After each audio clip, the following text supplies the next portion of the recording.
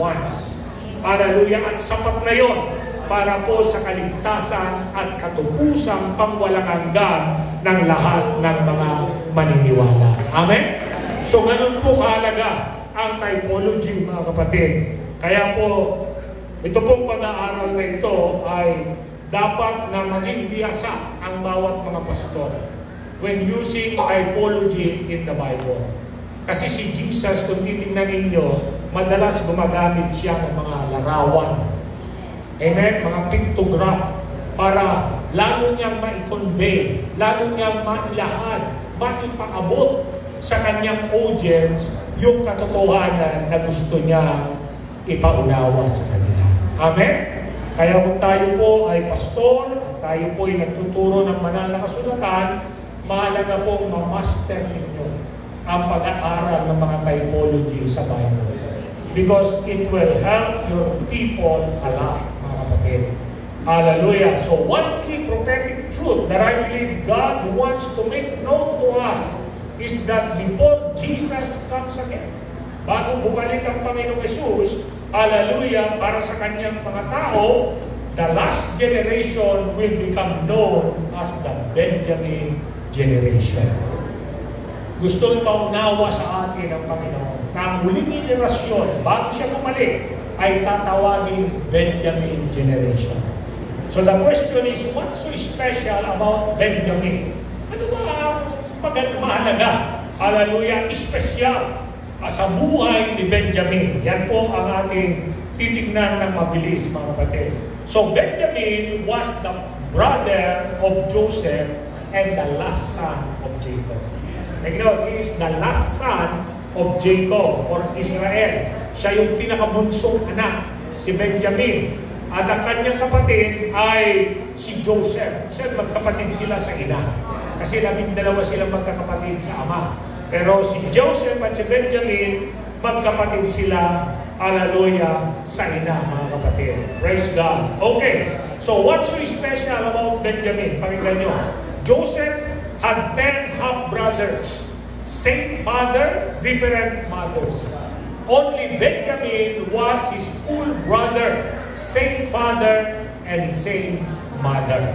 Praise God. Hallelujah. That means that though all Christians share the same father, they don't all share the same mother. Amen. Kaya nga isa ko sa magandang narinig kong pangangaral ay, who is your father? Sino ang nanay mo? There's no question about our father. Our father is God Himself. Amen? But the next question is, who is your mother? Kasi bilang mananampalataya, pwedeng maging dalawa ang ina po natin. So ano po ang dalawang ina na tinutukoy sa banal na kasulatan? I want you to see today who is your mother. Amen? Praise God. Are you ready, mga kapatid? So, who are the mothers? They are Rachel and Leah. So yan po yung pinanggalingan natin. So ang nanay mo ay either si Rachel o kaya si Leah, mga kapatid. Now, Rachel represents grace, while Leah represents the Lord. So pwede po na isang mananampalataya, ang tatay niya ay Diyos, pero ang nanay niya ay kautusan. O kaya naman ang nanay niya ay biyaya. So ang payo mo sa inyo, pinakamaganda po at kalooban ng Diyos na siya ang tatay mo at ang nanay mo ay ang biyaya. Amen? Praise God. So Leah or Leah in Hebrew means weary or tired. Look at the meaning. Yan ang kaulugan ng Leah or Leah. Weary. Pagod. Hallelujah. Talagang ibig sabihin talagang ano ba sa Tagalog? Tagalogin nyo na lang yan. That's why, if your mother is Leah, you will try to obtain your blessings through the law, you will never make it. Amen. Hallelujah. Kung ang nanay mo si Leah, who represents the law, ibig sabihin, pinupurso mo ang mana mo, pinupurso mo ang blessing mo, hallelujah, by works or through the law. Well, alam mo magiging resulta? You will never inherit your blessing. You will only be prostrated in life, mga kapatid. Kaya hindi nakakapagtaka na marami ring mga Kristiyano, totoong na born again, tatay nila ang Diyos, pero ang paraan nila para makamit nila ang pagpapala nila ay sa pamamagitan ng kanilang sariling mga gawa at pagsusumikap. Alam mo, magyayari lang yan, mapapagod ka ng mapapagod, pero hindi mo mai-enjoy ang blessing. Amen. You will never inherit your blessing or your inheritance through the law. Maliwanag yan in the book of Hebrews, mga kapatid. Okay, tuloy po natin. So if you try to fulfill the law to be blessed, you will become tired because you have to depend on your own efforts. Mapapagod ka talaga. Praise God. So don't play around with the law. Don't listen to people who preach the law. Mga kapatid, if you want to inherit the promises of God, don't play around with the law and don't trust in your human performance. Never trust in your own performance. Look at Galatians chapter 4, verse 30. Hindi ko tayo nag-invento lang dito. Sabi diyan, but what does the scripture say? Ano ba ang sinasabi ng banal na kasulatan? Get rid of the slave woman and her son. So who is the slave woman? Mga kapatid, for the slave woman's son will never share in the inheritance with the free woman's son. Therefore, brothers and sisters, we are not children of the slave woman, but of the free woman. Amen. So it's now talking about Hagar, who represents flesh and the law. Hello? And Sarah, who represents grace, mga kapatid. Hallelujah. So anong maliwanag na sinasabi ng Bible? Paalisin ang mag-inang alipin at ang kanyang anak. It's talking about Hagar and Ismael, mga kapatid. Hallelujah. Dahil hindi pwedeng magsama sila. That's why even now, conflict is in the Middle East because of Ismael and, hallelujah, Isaac, mga kapatid. Hallelujah. Pero makikita po ninyo sa buhay ng mga Israelita na talagang they are the one who are blessed by God. Sabi ko nga, when we have been given the privilege to go to Israel, mamamangha ka. Yung katabing ilog lang nila at kabila ng ilog Jordan, yung Jordan, hallelujah, makikita mo, hirap na hirap sila sa tubig. Pero ang Israel, kahit saan ka pumunta ng mga bundok, mga liblib, pumupuslit ang tubig, mga kapatid. That's how they are so much blessed by the Lord. Hallelujah. So on the other hand, Rachel means ewe or female sheep, mga kapatid. Her name is a picture of grace. It is a picture of how we are favored by God today because of Jesus, the sacrificial lamb who took our place on the cross. Amen. Hallelujah. Kaya tayo po ay mga tunay na pinagpala ngayon dahil po sa ating Panginoong Hesus na kumuha ng ating lugar doon sa cross. Siyang naparusahan, siyang nagdusa, siyang hinamak, siyang nilibak para lahat ng mabuti at maganda mapunta sa atin. Amen? Praise God. Today we can expect blessing, God's blessings, not because of what we have or have not done, but because of what He has done. So yan po ang klarong pinapakita ng Bible ngayon. Praise God. Na dahil sa ginawa ng Panginoong Hesus, makakamit natin, mararanasan natin, malalakaran natin ang mga pagpapala ng Diyos. Amen? Kasi hindi tayo dumidepende sa ating gawa, dumidepende tayo sa pananampalataya sa Panginoong Hesus at sa Kanyang tinapos na gawa. Are you following? Praise God. Now, Benjamin's birth. Tingnan natin ang kapanganakan ni Benjamin. Genesis 35, 18 to 19.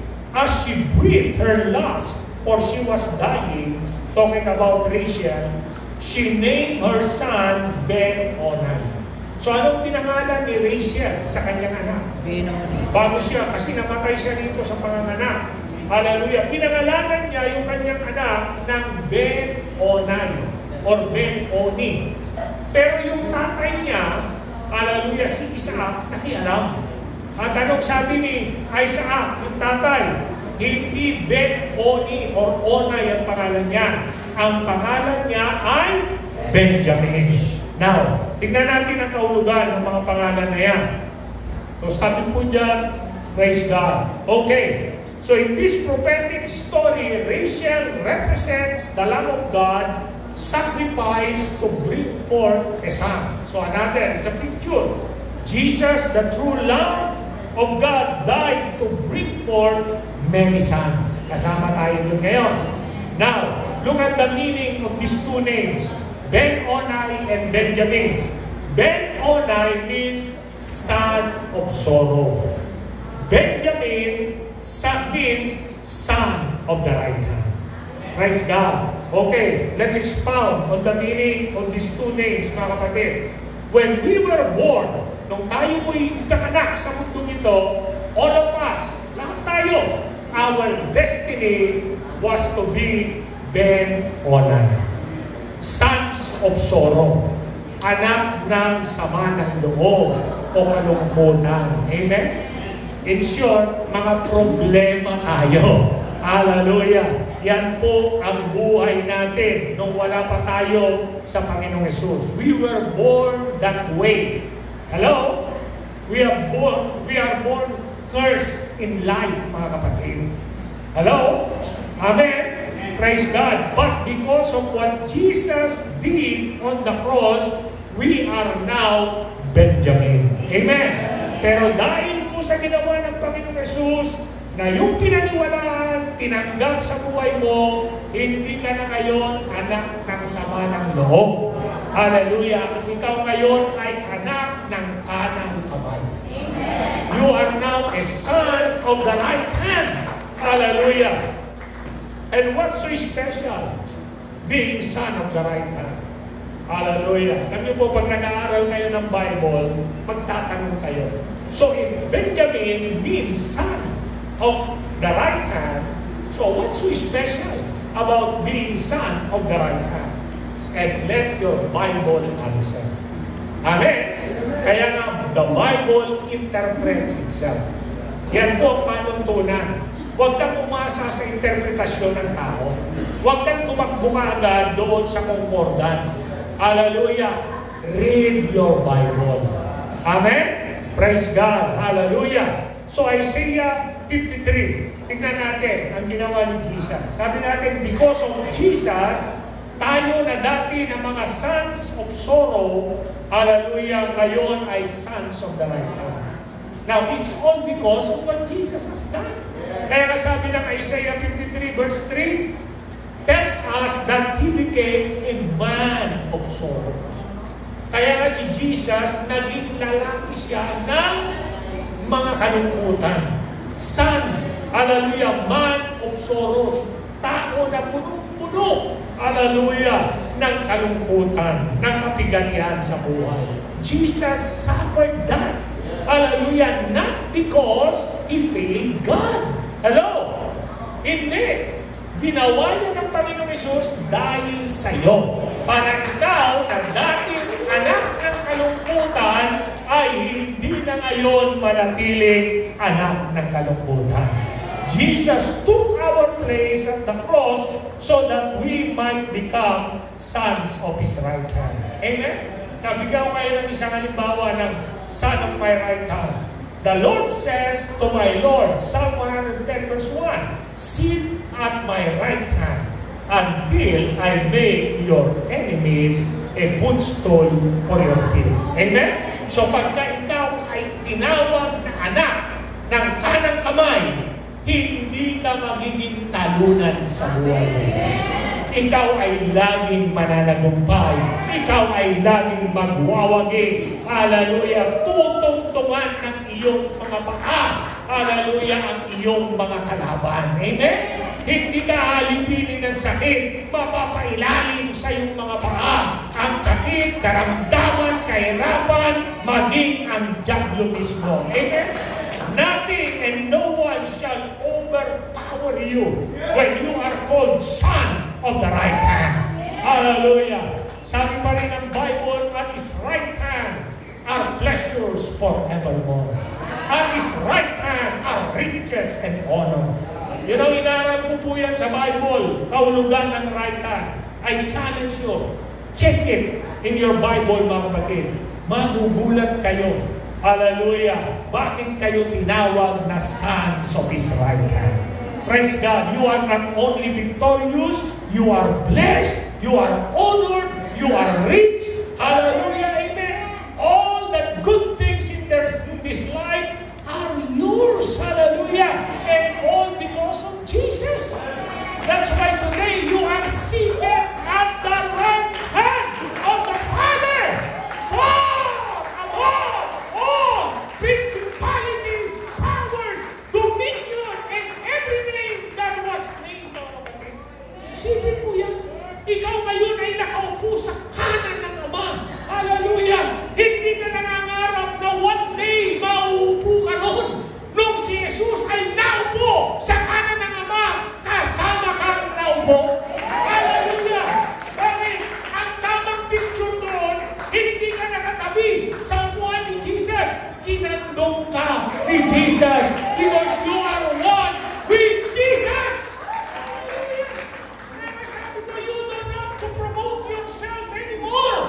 Just promote Jesus. Because when Jesus is promoted, dahil kay sa Kanya, pag umangat siya, kasama kang aangat. Hindi mo kailangan iangat ang sarili mo. Hindi mo kailangan magbidabidahan. Hello? Hindi mo kinakailangan, hallelujah, magpa-importante. Kasi importante ka na talaga. Dahil kay Kristo, hallelujah, hindi ka nangangarap lang na yumaman, mayaman ka na talaga dahil kaisa ka ni Kristo. Amen. Seated at the right hand of the Father, far above, napakalayo, hallelujah, all principalities, powers, dominion, and every name that was named. Ang kahirapan, pangalan niya.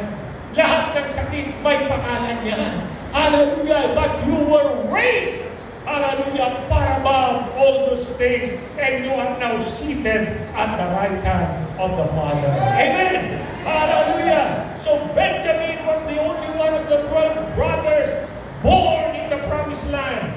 Benjamin was the only son named and most loved by his father. Hallelujah.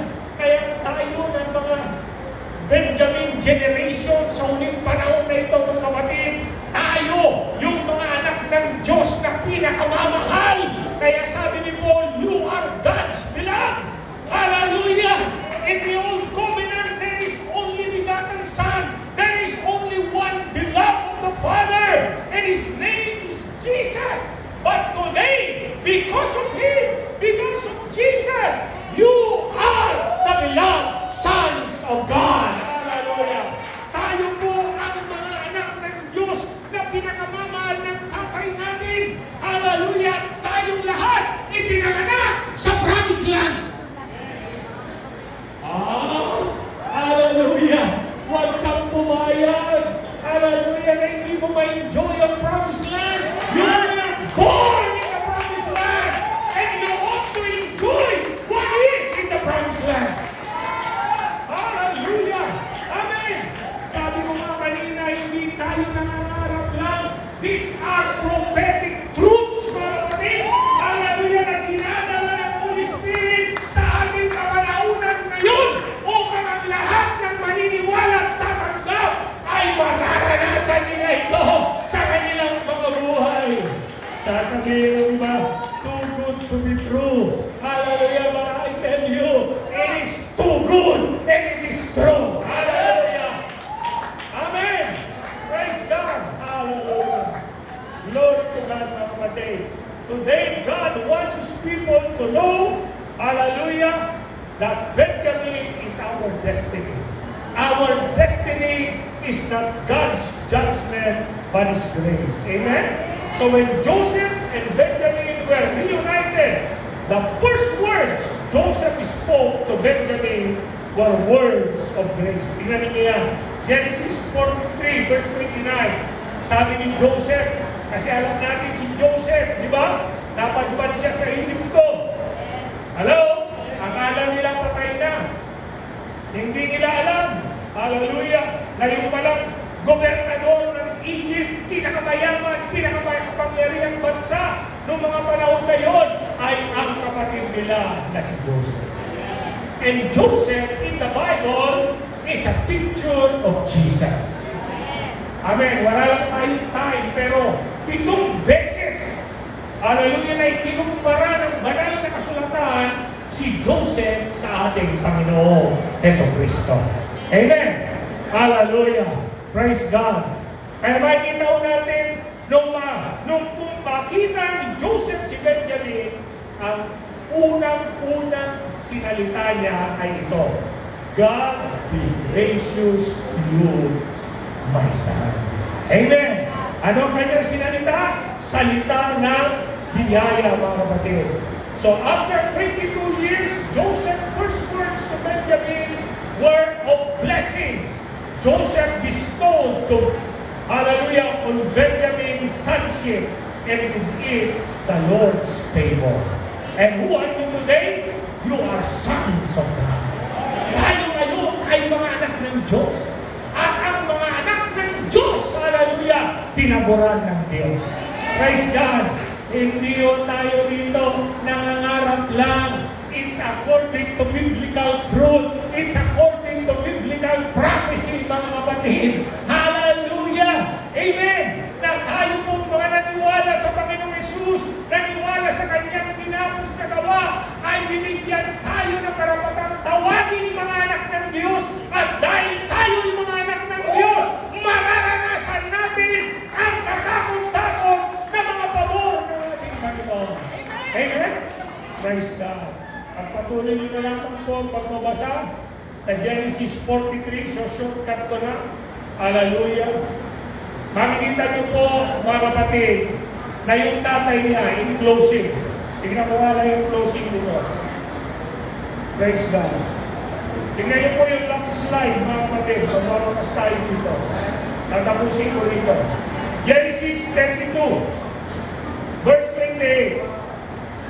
Hallelujah. But after Jacob had an encounter with God, he was given the name Israel, which means prince with God.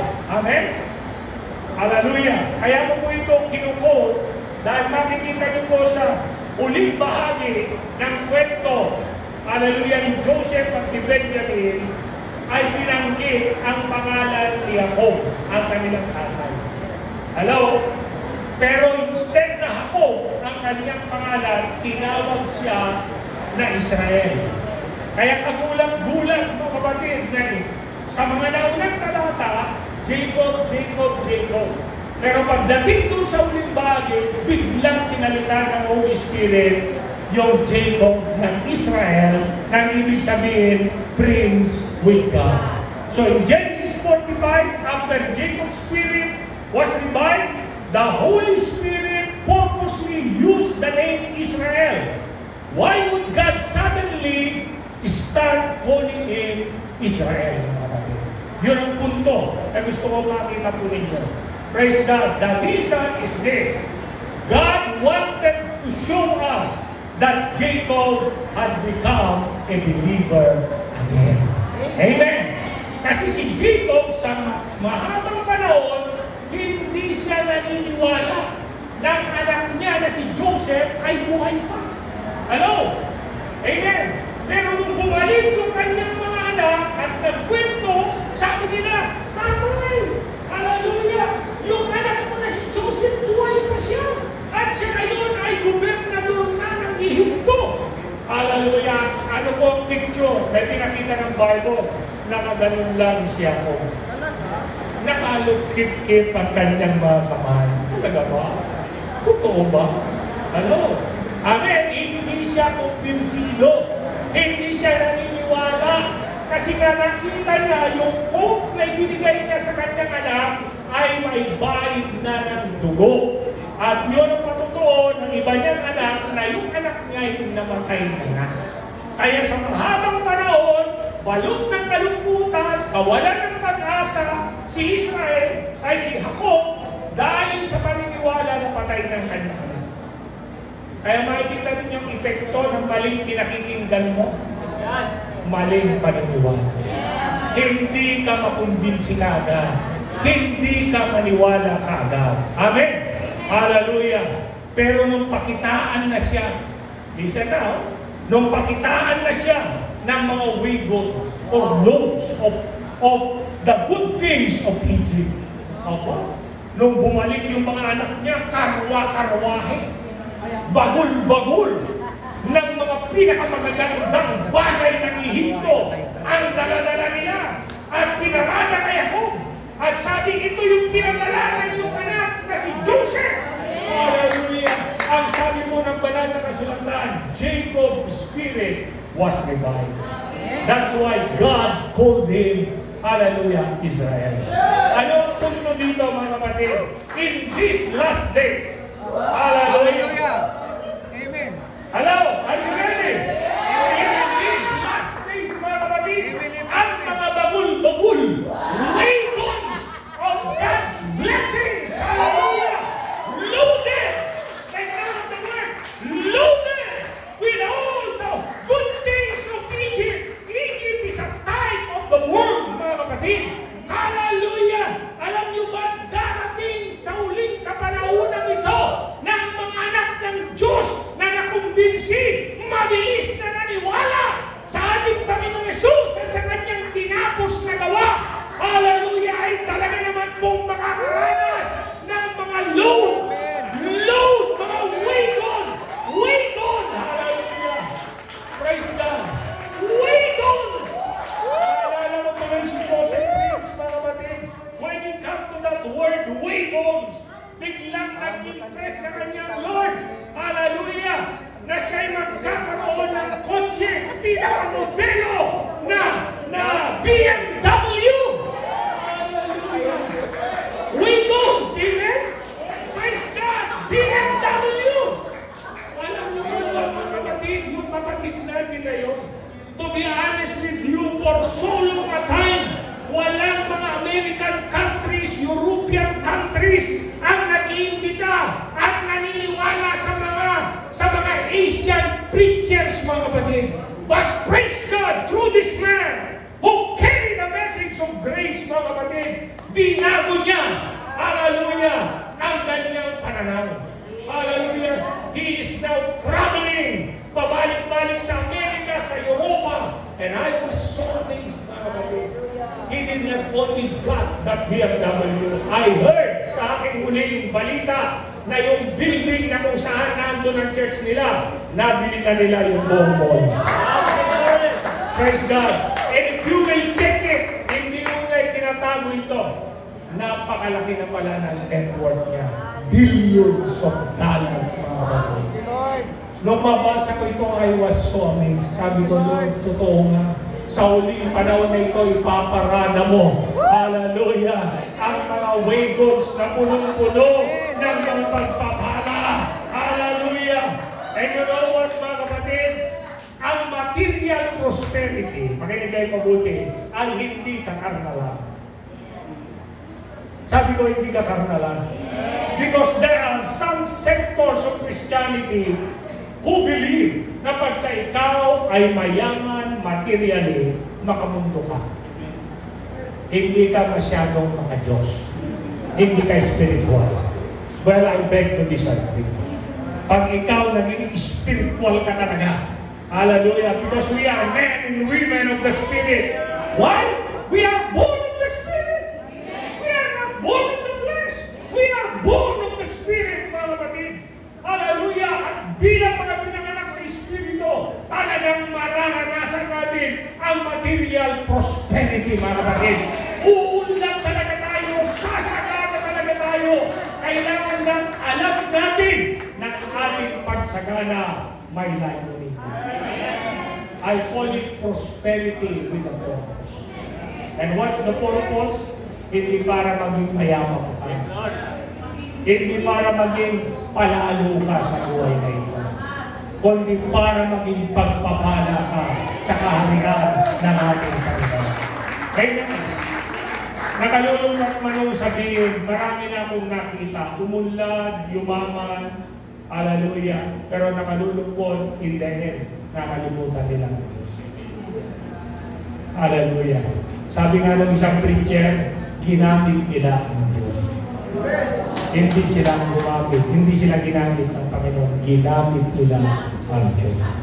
And I tell you, even in our day, there are people who are using God, the name of God, and the work of God for their own benefit. Now, if you want to avoid that, always focus on Jesus. Amen. Lahat ng bagay sa mundo nito pwedeng mawala in an instant.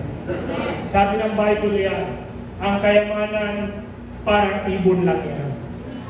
Nagkakapakpak. At pag nagkapakpak yan, wala na sa pugan yan. Ganyan din daw po kaya. Pwedeng naandyan siya ngayon, mamaya mawawala. But the prosperity that God wants for you and me, hallelujah, ay yung kasaganaang bunga ng kabayanan ng salita ng Diyos. At pagka ang Diyos ang siyang nagpala, mga kapatid, it is a continuing blessing. It will never stop, mga kapatid. So today, our heavenly Joseph, Jesus, wants you to believe that Benjamin is your destiny. During these end times, mga kapatid, there will be famines, but fear not, for He will provide the good things of Egypt. Amen? Praise God. He will load us with food, wagons of clothing. Alam mo ba yung pinadala kay Joseph? Hallelujah! Wagons loaded with foods. Hallelujah! Punong-puno ng mga pagkain. Tapos wagons loaded with clothing. Ibig sabihin, magugulat ka pag tinignan mo yung aparador mo, napakarami mo na palang damit.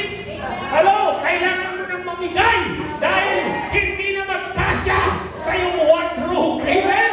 Praise God! And ito maganda, as Benjamin, you will receive 5 times more. Wow. Yan ang marka. Yan ang nakamarka sa pangalan Benjamin. Nung bigyan sila ng serving sa Egypt, ang sabi ni Joseph, who is a picture of Jesus, sila tig-isa lang. Kay Benjamin, 5 serving. That is the picture of our life, mga kapatid. Kaya huwag kayo magtataka, darating ang panahon, maraming maiingit sa inyo. At hindi lang sila maiingit, magagalit. Kasi sobra-sobra ang pagpapala mo. Umaapaw ang pagpapala mo. Gagawang kanila ng kwento. Kayo ko lang nalaman, marami pa lang kwento tungkol sa akin. Sabi raw sa akin, mag-ingat kayo dyan kay Pastor Dino, negosyante yan. Ano ba negosyo ko? Ano? Believer lang ako. Hallelujah! Ako'y simpleng mananampalataya na naniniwala lang kay Jesus at sa kanyang tinapos na gawa. I get into business, mga konting pagkakakitaan, if I feel led by the Holy Spirit. And I thank God, mga kapatid.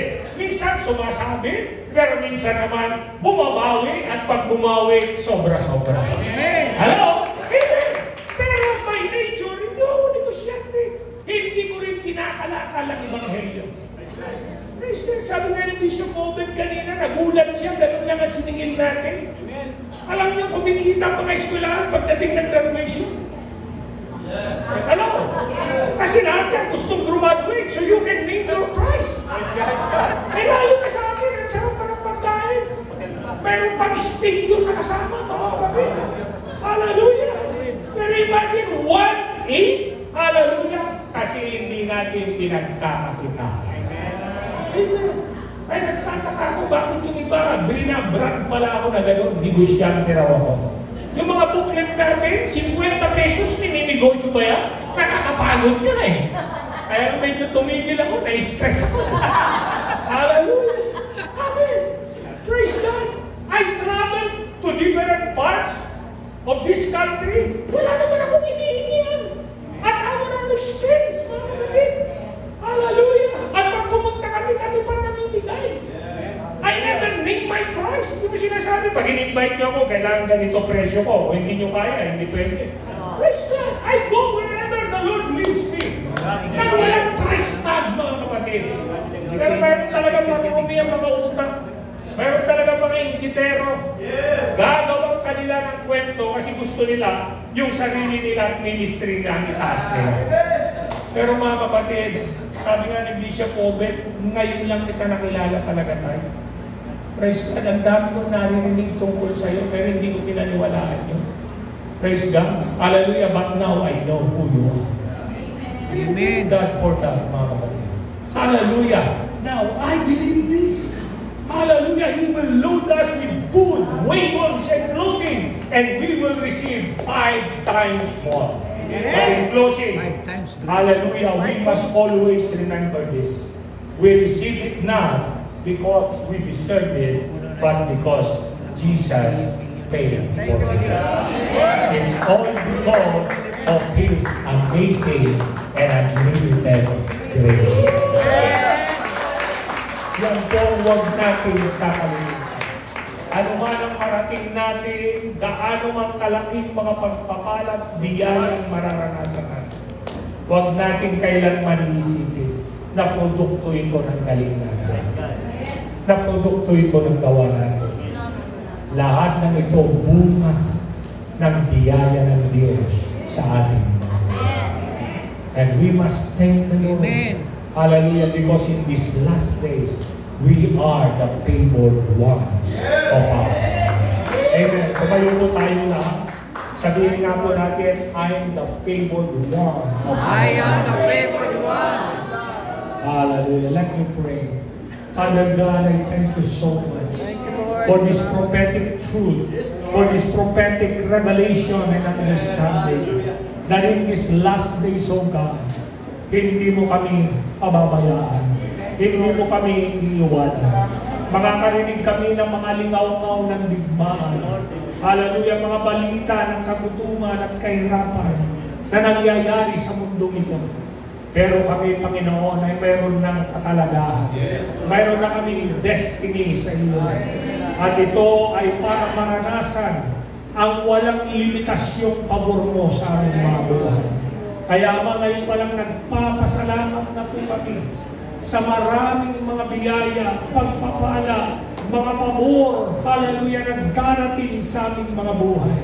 At salamat po na ilalayo niyo kami sa anumang mga patibong, sa anumang mga gawa ng kadiliman para mawala ang mga pagpapalang ito. Hallelujah, ganon din, panatilihin niyo po, Panginoon, ang isang puso na mapagpakumbaba at nagtitiwala sa inyo. Isang pusong walang ibang inaasahan, kundi kayo lamang, Panginoong Yesus. Hallelujah. At walang ibang itinataas, ipinangangalandakan, hallelujah, ipinagmamalaki, kundi ang iyong kumpleto at perfectong tinapos na gawa doon sa krus ng Kalbaryo. Salamat po ng lahat ng mga anak mong naririto na naniwalang tumanggap sa iyong tinapos na gawa, ay dinideklara ko na sila'y mga anak ng kanang kamay. Hallelujah! They are sons of the right hand, and they will enjoy all the favors, all the blessings of the finished work of our Lord Jesus. And we thank you for it, Father, in Jesus' name. And all God's people say, Amen and Amen.